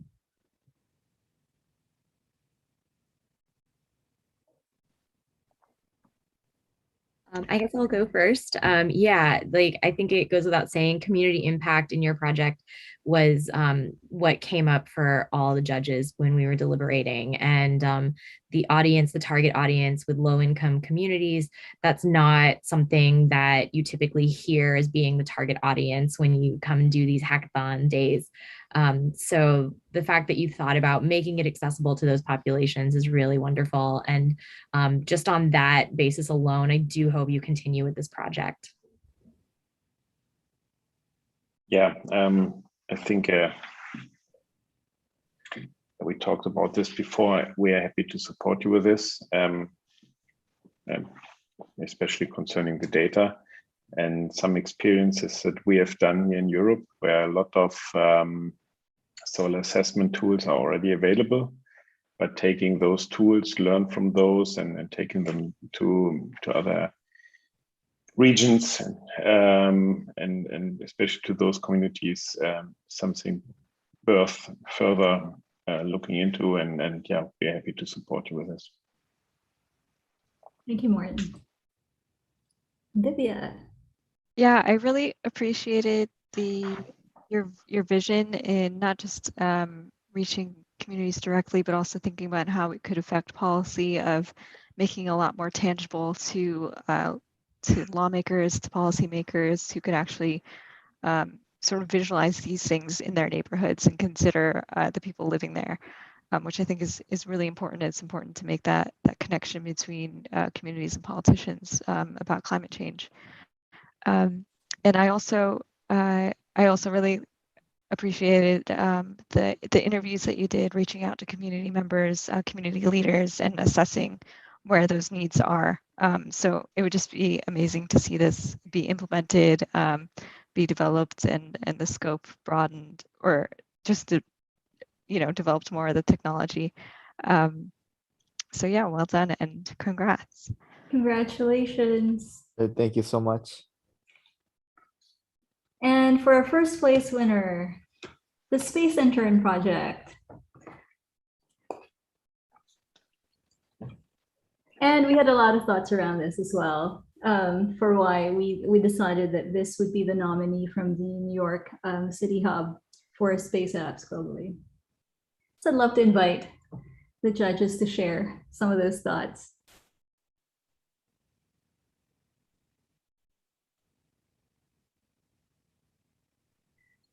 I loved this project. I'm viewing it very much from an educator lens. And this is something that could have a real impact on students, on that target audience that you guys had for 10 to 14-year-olds, and just really making, what people do at NASA and when they're sending people to space, making that very real for them. And so I love the thought that you put into that. I love the thought that you put into having the 3 different acts. And just really thinking about the accessibility as far, like when you answered the question about AR, VR, it was fantastic. I would love to see this become a reality. So well done. Yeah, definitely seconded. I loved your response about why mealtime is important. I'm from the Caribbean. It's very similar. Your focus was very coherent in accessibility for the target audience, making it relatable to kids, making it culturally relevant. And I was in middle school when I was like playing these types of games on the NASA homepage, and here I am working at NASA, and it had a huge impact. And so I'm really excited to see this be developed and kids to connect with this, and for you to like flesh out the story and with the illustrations that you describe. And yeah, congratulations and well done. And by the way, Divya is a 5-time space intern. She didn't just space intern once, she space intern 5 times. Martin? Yeah, absolutely. As the other judges already mentioned, this has definitely huge potential. Also, much beyond this app challenge. And yeah, we are looking forward to seeing the first working prototype then. Which you had told us would be finished by midnight. Which is actually It's actually an important consideration because as we thought about, okay, which team would represent New York City and the global competition, one of the key considerations was which team do we think was the most complete in its presentation and would have the highest probability of winning some award in the global competition. And so stage of completion of the project is actually a really important consideration for the Space App, especially since the competition is so tight. And we could only choose one, as opposed to in the past when we could choose, we could choose several. And so to the extent you can actually complete this game or a minimum viable product by midnight or whenever it is that it needs to be submitted onto the global hub, that would simply increase the odds that you actually have a real shot at winning in the global stage. So we have, we want to encourage you to race against time. No, but this, we thought from how well thought out the project was to how well it was, presented, including the skills of your sister that you brought on and recruited to be part of your team. You clearly have a very diverse team of all, ages. So kudos to you guys for putting in a lot of time and thought and planning and execution and being as close to finished of all the projects here. So we think, we think there's a great promise in your future, all of you actually. We really do believe that. And we really do encourage you all to, get to the minimum viable product stage for all of your projects because there is such great potential in what you're doing and what you've created here this weekend. Thank you so much for all the time, thought, and energy that you've all put into this. And we hope that you walk away feeling all of you are winners. So we hope you walk away feeling like winners because that's what you are. So thank you. And thank you, Caitlin and Dominique, for putting on this amazing Space Apps despite the pandemic and for giving everyone an opportunity to shine this weekend. So kudos to everyone.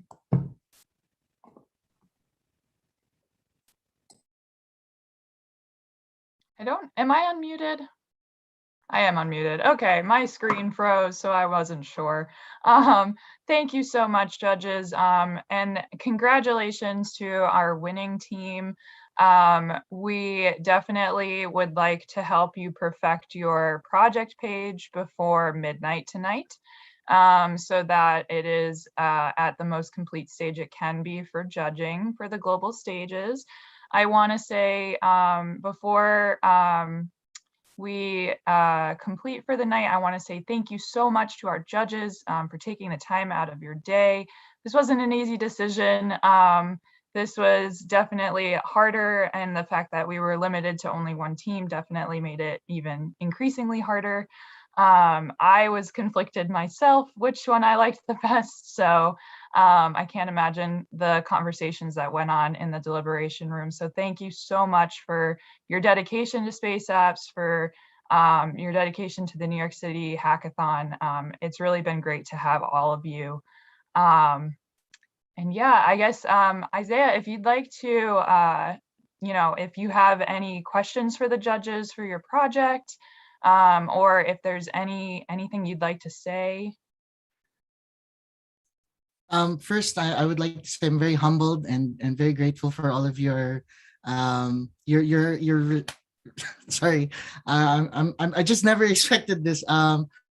But thank you for believing in the project like we did. And I guess I'd just like to ask, is there anything I could add from your personal experience being an intern 5 times? Is there something that maybe we could add? Maybe a saying or like an event that happens regularly? I think this one's for Divya. Yeah. I think you captured it well. I think it's fun, and I love how you use humor in it. I think that's really fantastic. So I have nothing to recommend. I think you got the intern experience, although I never made coffee, but I feel like that should stay. It's fun. I'd also like to thank the judge, Annalisa, for just suggesting. We did actually just buy spaceintern.fun. So hopefully you can go and play the game probably by tomorrow. That would be awesome. Hopefully there's something out by then. That would be really great. Yeah. I think I'm very grateful that you think that we're the closest to being finished.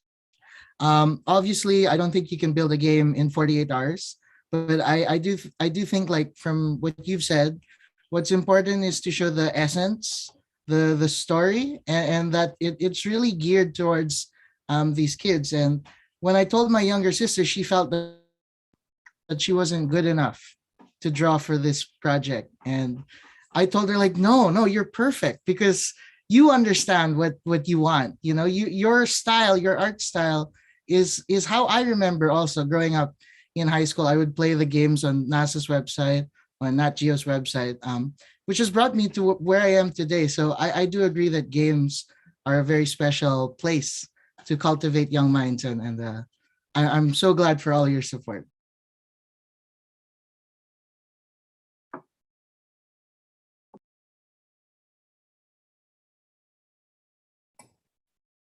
We're rooting for you. We're rooting for all of you guys. So thanks. It's been such an amazing time spending the last few hours with you all, and just being really inspired. Just speaking on behalf of the judges, we were all really inspired listening to all of your projects, your vision for impact, and just really moved that you put in time and energy towards this. And you could have been doing a lot of other things, but you chose to do this. So kudos to all of you. You all are truly winners. Thank you.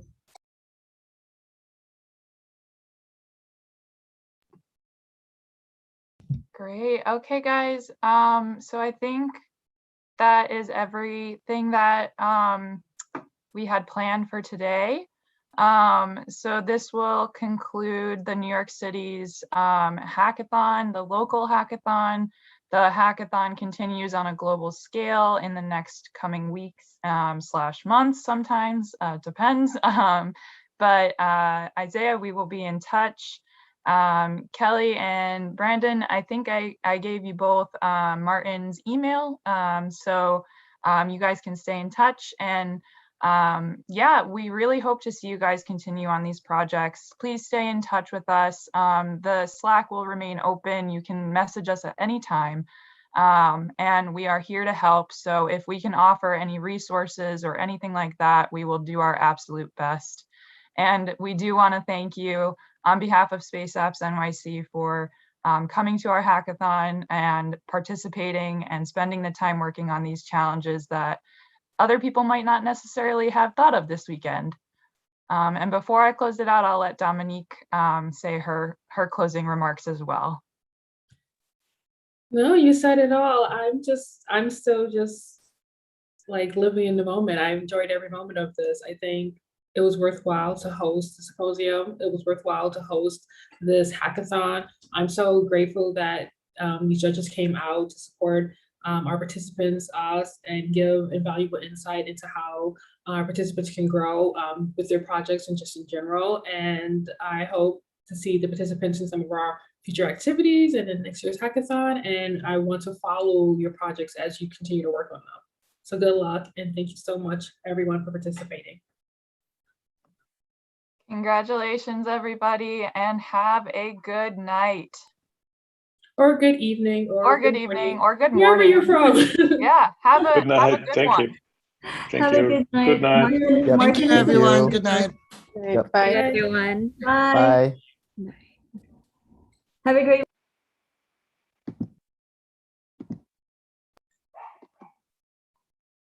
Caitlin.